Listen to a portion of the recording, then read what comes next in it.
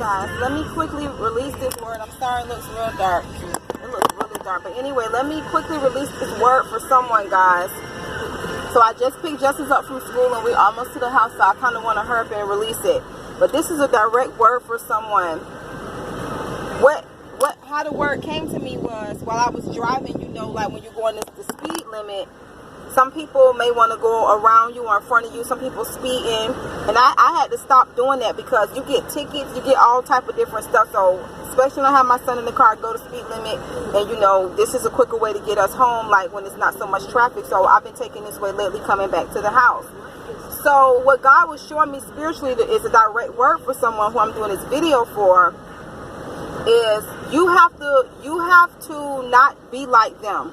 Because I'm going to tell you, there was a car, and every time, I don't care where I'm driving, if I'm on 95 or just regular or whatever, God always shows me this physically and spiritually. Whoever try to get in front of me, they may get in front of me, or they may try, or they may be blocked, or someone may get right in front of them. Now, there was someone that did not put on their signals. I had, like, you know, the right way. I was in the right lane. They were coming the wrong way, and they didn't put on their turning signals. And I was like, God, you know, they better be careful with that because they could get into an accident. Before I even finished saying accident, and I be saying it for some people be jerks, fools. But then some people you just be like, you just really got to pray for them because they don't even realize that they could cause an accident. And right before I even finished saying accident, which I wasn't speaking this over this person, the Lord just showed it to me. I'm just continuing to drive so I can get home, give my baby his food, let him get his bath, do his homework, relax. And I had a long day too, so I need to relax. As he was getting over in front of me, whatever this big pickup truck was, a white car was getting over literally at the same time as him. They almost literally had like a accident. So they got in like at the same time. The white car got in front of him, and then he got mad and got on the other side of the lane of the white car, I guess, like trying to prove a point, like, oh, you were getting over in front of me, let me try to get over. He tried to outrace the white car, but the white car got over again. So what I'm saying for someone, and God was saying to me, Rakera, that's what I'm doing with those against you spiritually and physically. That's why I'm always praying for my enemies, which I'm not like, you know, feeling like, you know, I feel more spiritual or whatever, more spiritual enemies, but that's not the word. The word is this. I was just saying all that to say to you guys what I'm saying. The word is this. Let me tell you something for whoever this video is for. You have to birth and do what God tells you to birth and do. You cannot try to be like everything and everyone else. Because when that sheriff catch you speeding, and you can look at, God is bigger than any sheriff. When that police officer or that sheriff catch you from way behind, you didn't think they was going to catch you? You're going to be the one that have to pay the price. Yes, you're going to be the one to pay the price, not them. That stuff may catch up with them. That means if God is telling you not to be fornicating or being with people that you're not supposed to be around, the wrong crowd, if it's for ministry wise, he's telling you not to connect to certain people, and he's telling you it could be a good thing or it could be something else. Baby, take off your seatbelt. It could be oh, you about falling asleep. Let me hurry up. It could be a good thing, but it could be something out of time. Whatever it is God telling you to do, to give birth and to do it. Don't try to go past the speed limit. We did a couple of teachings on this. Drive at the same pace as God. Be in sync. Be in tune with God. You guys can remember Ezekiel 1. God been having me deliver this word to you guys since like 2018. You got to be in step and in sync with God. You got to continue to stay with God, because that's a direct word for someone. They stuff may catch up with them. You can't be like how they're being. If they're being crooks and they scamming and they doing wrong, you can't be like that. That's going, because you're going to be the one that have to pay that ticket. You're going to be the one that's going to be pulled over while they continuing to go. And I'm about to grab my Bible, because the Bible is talking about there is a way that seems right to a man, but in the end is death. So don't think because other people haven't exposed it yet or it hasn't come out. See, God is giving you grace and mercy.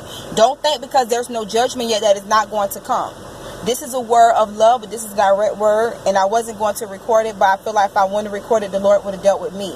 Even though I told the Lord I already recorded something like this, but he said this is a direct word for someone listening now. You have to do what God telling you to do. Whatever your giving birth is, that's what you have to give birth to. You can't think like everybody else. You can't be like everyone else. God don't want you sleeping around. He wants you to be who he wants you to be. He wants you to have what he wants you to have. He don't want you to be compromising. Don't compromise your integrity for that relationship with that person. If they're leading you away from God, then you know that that's not God who sent them. That's not the Lord. Now, yes, sometimes people will be on assignments for people to sow seeds into them, different things. But I'm talking about demonically sent. Certain people, you need to get away from certain things and people, because you're going to be the one to pay the price. You think they're going to turn around while you riding with them? You think they're going to turn around when that sheriff pull you over? And let me tell you something about them sheriffs.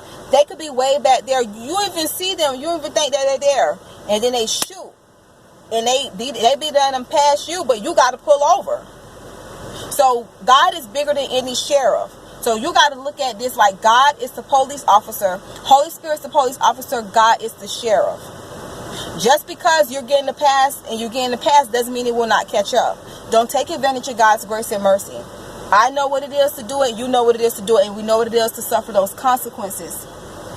And this is a word of warning for someone. Whatever God is telling you to do, if I have not even named it, you know what God told you to do. You know what he told you not to do. Don't let that sheriff catch up with you. Don't get ahead of God. Don't move too far behind God.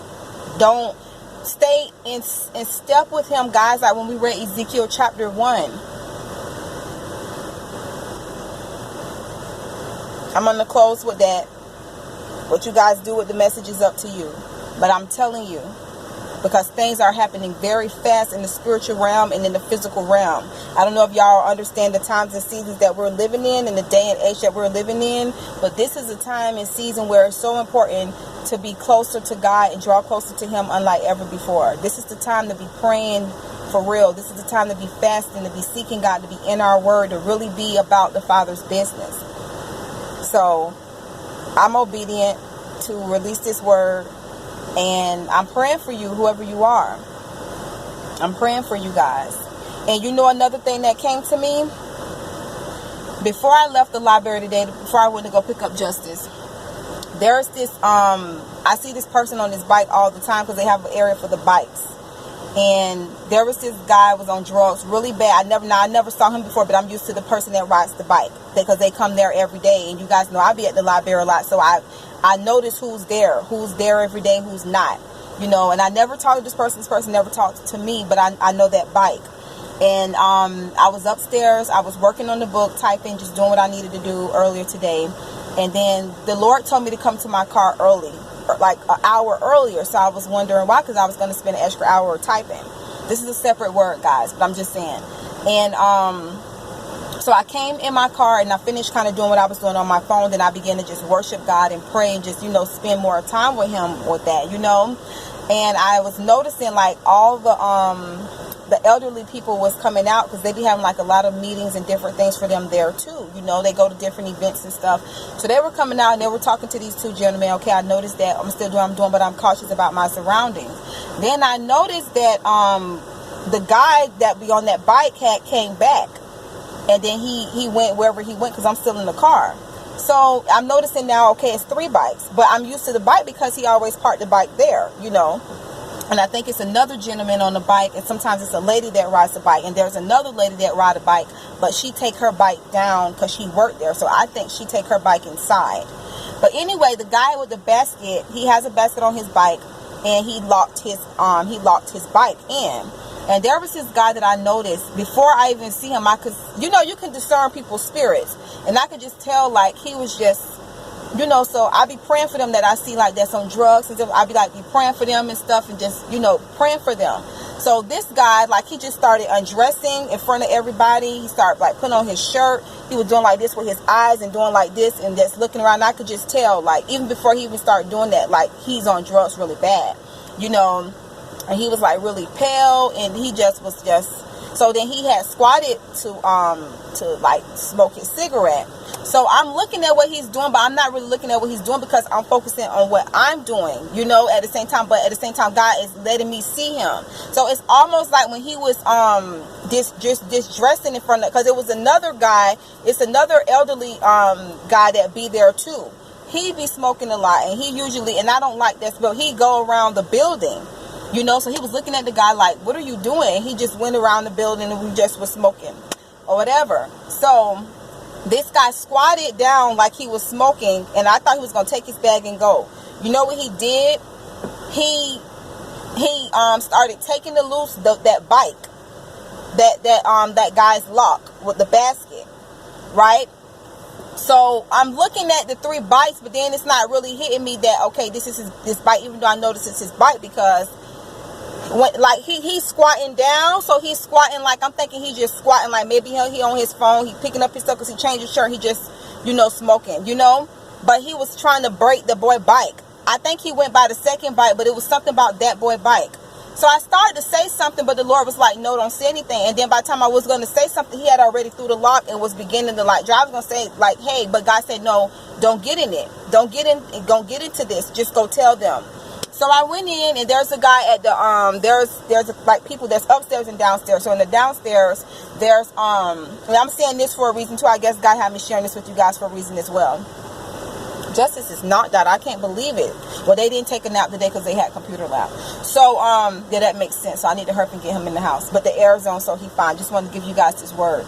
So I went in. The guy that works the front desk is him, another guy, and 2 ladies, but he was there. So he was like, hey, how may I help you? I guess he thought I was going to check something out or something. So I was like, I was here earlier, you know, because I've seen him a couple times before, because I frequent that library. I said, I was here earlier, and, you know, I went in my car, and I told him what I saw, you know, not going into detail, but I just told him, and he was like, I think I know the man that you're talking about, because I had never saw that guy before. You know, he said, I think I know who you're talking about, because he had just left, and then he threw the boy basket off. He yanked the thing so hard that the thing popped, the lock thing popped, and that guy had that thing around there wrapped tight. That thing popped, and he threw that boy basket down, and he rolled like towards. And the crazy thing is, the library is right next to the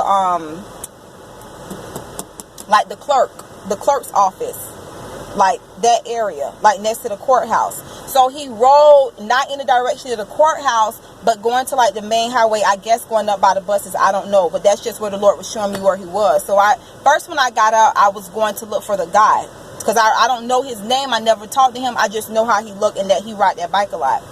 And so I went upstairs. I was looking for him just to tell him, like, you know, because if somebody would have did that to me, God forbid, and they saw it, I would want somebody to tell me. Not saying I was getting into it, but I would want somebody to tell me, you know, because you never know. Like, somebody come out and see, you would want somebody to tell you, you know what I mean? And there are going to be some situations where God say, hey, you got to use wisdom. This doesn't have nothing to do with you. I feel like the Lord was saying to me, don't say anything to the guy, you know, because whatever, but go in and tell them. So I went in, and I didn't see him, and I looked like a good 2-3 minutes. I didn't see him.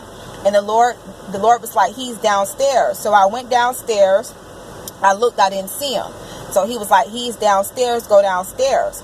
So I went downstairs, and I went to the front, and I was just telling the guy that works at the front what I saw.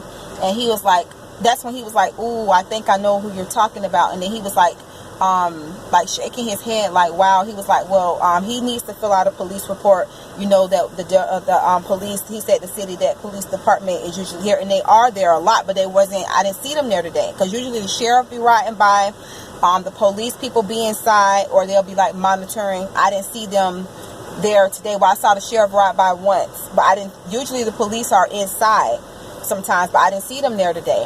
So I don't know. He was like, but he needs to fill out a police report. So I was just nodding my head like, okay. But then he was like, I think I said, I don't know where he's at. I said, I was just trying to come in and tell him, you know. So he was like, okay. He said, come here. I think he's this way.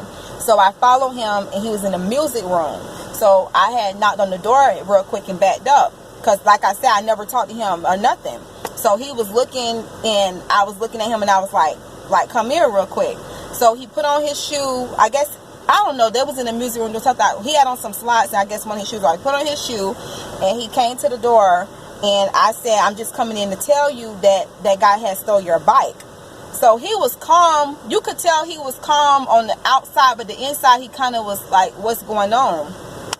So he was like, who stole my bike? I was like, I'm not really getting into it. I said, I'm just telling you. I said, because I usually sit in my car sometimes. I said, and I saw that he stole your bike. I said, that's the one. I said, that's your bike with the basket, right? And the lock. He was like, yeah. I said, yeah, he stole your bike. I said, I'm just coming in to tell you. So he kind of seemed like, okay, thank you for coming to tell me, but at the same time, like, who stole my bike? So then he was like, do you know him? He was like, have you ever seen him around here? I said, no, I never seen him around here before. I said, it's my first time seeing him today. And I described what he looked like, what he had on, like he had his tattoos, a beanie, he's tall, stuff like that. And I told him direction where he went. And he was like, okay, thank you. And then I went outside and I looked. And I was like, Lord, that was wrong. He stole that boy bike, because you could tell, like, this guy that's on this bike, you could tell he's going through something. Like, he seems to have a positive, good attitude, but you could tell he's going through something. So I was like, dang, he stole that boy bike. But then God was saying to me, like, you may never know the whole story of things. You may never know, like, the full story of things. That's, like, why he told me don't don't tell him, hey, don't steal the guy's bike. You got to use wisdom with people. People are crazy, even though I could, whatever too. But God is like, no, you have to use wisdom. And then that's just, you know what I mean? So I went back outside. I saw the basket in the lock, like, just sitting there. And then I was like, well, dang, I don't want him to come back and steal that too. I had felt bad. So I went back in and because I had to go get justice. So I was like, let me really hurry up and do this. So I took him his basket and his lock. I said, I don't want nobody else to take this, because at least he can have something, his basket, even though he can't do nothing with it, but his basket and his lock.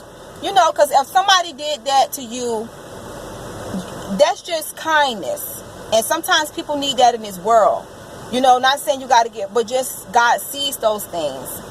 So he was like, thank you, And then I went in, he still was calm. I was like, wow, like, what a great response. So I don't know if he's going to go to the people in the front and talk to the men that was in the front, and fill a report. I don't know. I don't know. I'm not trying to be in it, but at least I went in and told him.